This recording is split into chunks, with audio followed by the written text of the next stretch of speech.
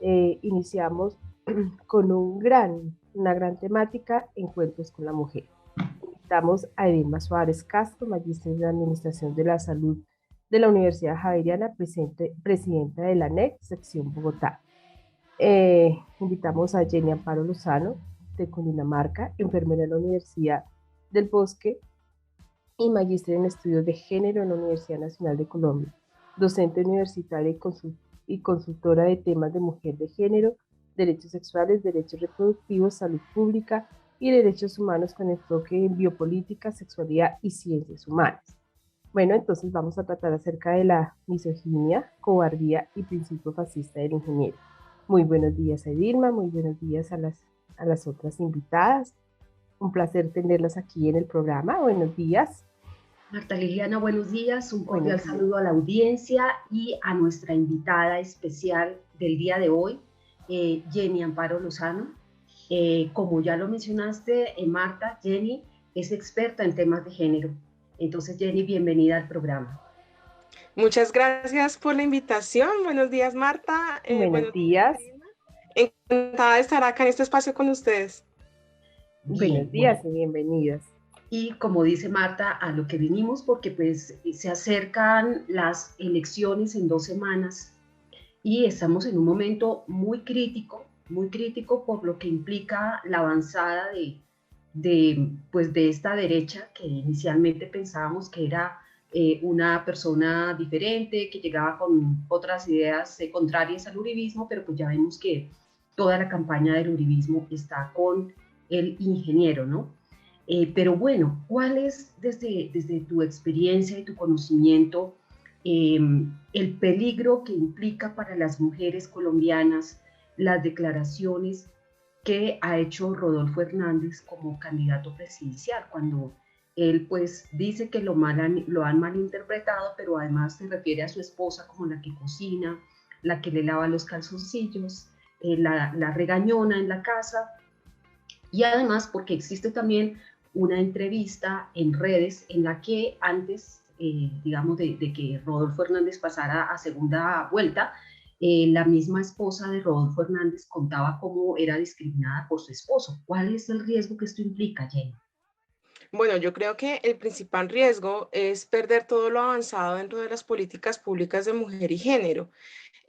Las políticas públicas, digamos que se consolidaron acá a nivel nacional más o menos en el año 2010 y pues al momento hemos venido viendo como unos avances paulatinos, pero no son tan fuertes y contundentes. Los avances han sido sobre todo acá en la ciudad de Bogotá, donde efectivamente fue durante el gobierno de Gustavo Petro que se empezó con el avance de Secretaría de la Mujer y con la implementación de políticas que ayudan a restablecer los derechos, ¿sí? ¿Qué significa un discurso machista, xenofóbico como el que hemos escuchado? Definitivamente es perder el avance, ¿sí?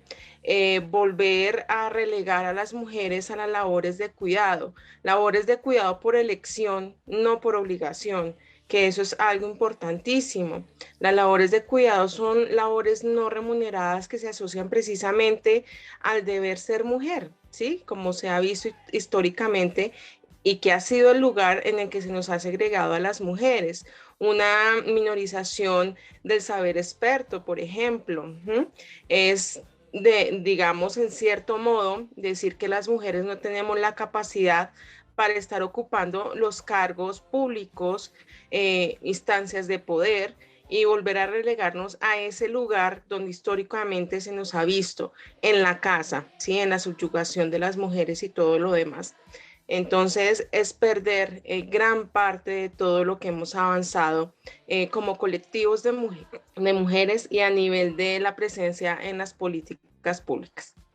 Jenny, Marta ha usado una palabra, una expresión que es la misoginia. De pronto nosotros la usamos con frecuencia, decir es que es misógino. ¿Qué significa que estos conceptos de patriarcalismo y de misoginia? Bueno, es extender un poco esos discursos históricos sobre el poder, sobre la mujer, ¿sí? Siempre ha sido el poder del masculino sobre lo femenino, asociar a las mujeres a ocupar a ciertos lugares específicos, que Millett en uno de sus libros lo dice, y es darle a la mujer ese lugar de no apropiación, ¿sí? Estar enmarcadas en la subyugación, por decirlo de algún modo. Hacer esas labores de cuidado para que el otro sobresalga.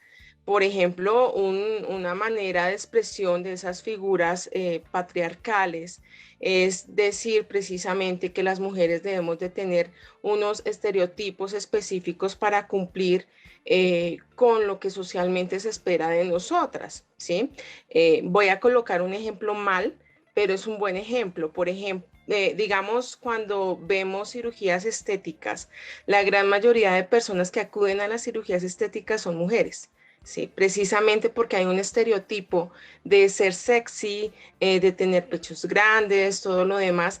Exactamente igual pasa con todos los demás, digamos, temas relacionados con la mujer. A la mujer se le asocian con trabajos de cuidado, porque es lo que siempre se nos ha enseñado. Entonces, que tú seas enfermera, sí, que tú seas una persona que de pronto hace labores de cuidado remuneradas en otros hogares, sí, pero que tú ya seas ingeniera o que ocupes cargos de poder, ya no se ve tan bien, ¿sí? Un ejemplo, la inclusión de mujeres en el ejército, en carreras profesionales, se empezó hace promedio como 5 años. Las mujeres no se admitían porque decían, no se ve bien una mujer en el terreno como lo hacen los oficiales de infantería, sino que ellas deben de estar en otras labores, en la oficina, en cosas donde no se puedan hacer daño, porque se nos ha asociado con eso, las mujeres, el ser débil. ¿Mm? Gracias, Jenny. Entonces, vemos aquí el riesgo que implica que Rodolfo Hernández llegue a la presidencia de la República porque sería un absoluto retroceso. Por ejemplo, no sabríamos si en 4 años podríamos volver a votar, ¿sí? Ya ha dicho que el feminicidio no existe, entonces parece ser que lo que hacen los hombres es, no sé, que asesinar a sus esposas, hijas y demás está bien, ¿no? Cuando él dice que el feminicidio no existe y no lo reconoce, o sea, es absolutamente grave. Hay mujeres que dicen, pero yo estoy en la casa, soy feliz, quien lo haga por elección y tenga las condiciones para hacerlo, pues perfecto. Si es una elección, está muy bien. Pero la realidad es que la mayoría de las mujeres en Colombia son madres, cabeza de familia, y la pobreza ante todo es femenina. Por eso no podemos decir que las mujeres se pueden quedar en la casa, porque si las mujeres nos quedamos en la casa, nuestros hijos no comen y nosotros tampoco.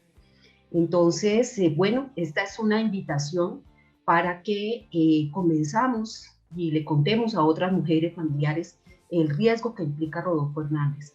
Y para aquellas que piensan o pensaban votar por esta persona, pues reflexionen y que además veamos los avances que hemos tenido con Petro desde la Bogotá humana en temas de mujer. Bueno, Edilma y Jenny, yo muy de acuerdo con ustedes y sí, es una pelea que nosotros hemos trazado a través de la historia con este patriarcado que de los inicios de la humanidad se podría decir está presente y no se han regulado bien las normas en cuanto a esto. Yo quisiera preguntar, nosotras, ¿qué tenemos que hacer? Ya sabemos que tenemos que ubicarnos, ¿cierto? En la sociedad con un papel demasiado importante, pero ¿qué más nos toca hacer? O sea, ¿qué sigue después de lo que ya se ha construido, ¿cierto? ¿Qué sigue para nosotros? O sea, ¿qué tenemos que hacer para seguir fomentando esa igualdad de oportunidades, ¿cierto? Que a veces la expresan de una manera como una liberación femenina, entre comillas, mal llamada liberación femenina, ¿sí? Pero no se tiene en cuenta que es la lucha de nosotros, ¿qué sigue para nosotros? ¿Qué tenemos que hacer? Bueno, de mi parte siento que empoderarnos es básico, saber que tenemos derechos y exigirlos, no quedarnos en la sumisión, no esperarnos que otros decidan por nosotras, sino tener voz. Creo que eso es algo que yo resalto mucho dentro de los colectivos feministas, las que hacemos parte de los colectivos, sabemos que nuestra voz vale, sí, que nuestra presencia a nivel público es importante y queda como la voz de esas apuestas políticas. Entonces, siento que es muy relevante que nosotras empecemos a hablar de política y la empecemos a apropiar, que la leamos, porque cuando la desconocemos, digamos que dejamos de exigir. Por ejemplo, todo lo que dice la política de autonomía económica, de progreso en lo rural, qué está pasando y qué en verdad se ha realizado. Hay muchos estudios que dicen que efectivamente el avance es poco y es por eso, porque dejamos que eso pase, porque dejamos que hombres que están en el poder decidan qué es lo que se debe hacer, lo que no se debe hacer con las mujeres. Y eso, como lo decía Dilma, da pie para que se nos vulnere, se nos maltrate y las cifras de feminicidio empiecen a aumentar, están desbordadas. Yo hago mucho énfasis en la violencia sexual y es que tener más o menos 26.000 casos al año de lo que se reporta desde el Instituto Nacional de Medicina Legal y Ciencias Forenses es preocupante, ¿sí?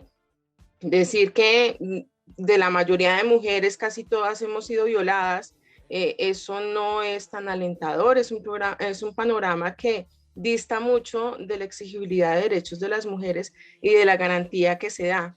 Entonces creo que la invitación desde mi posición de mujer es pensarnos como mujeres, como colectivos y dejar de pensarnos desde ese pensamiento machista que nos han infundado desde pequeñas para empezar a, digamos, a tener derechos en este país. Sí, sí. Creo que ya, sí, yo complementaría con lo que tú mencionas, sí necesitamos incursionar en la política porque necesitamos participar en la elaboración de esas leyes. Cuando se hizo la ley sobre violencia contra las mujeres, aquí estuvo Vargas Lleras y Vargas Lleras hizo retroceder en algunos de los articulados que había allí y pues necesitamos que las mujeres elaboremos las leyes para nosotras, ¿no? No podemos seguir pensando que los hombres son los que están llamados a hablar sobre la maternidad, sobre la lactancia y otras cosas, cuando ellos pues, no saben qué significa lactar, por ejemplo. Entonces sí necesitamos incursionar, empoderarnos, incursionar en la política para poder trabajar por la equidad y la igualdad de derechos hacia las mujeres. Bueno, pues agradecemos un tema demasiado importante y también que se tiene que impulsar en la escuela. O sea, nosotros como docentes también tenemos que crear en nuestros estudiantes un pensamiento crítico y abierto, ¿cierto? Y también la tarea como nosotros docentes, impulsar esta igualdad de condiciones también en la escuela. Bueno, agradecemos su participación, Edilma, Jenny, muchas gracias y bueno, nos veremos en una próxima oportunidad. Gracias Marta y Jenny, gracias por aceptar la invitación. Muchas gracias a ustedes, complacida de estar en este espacio y un placer conocerles y poder compartir todo esto con todas las personas que nos escuchan.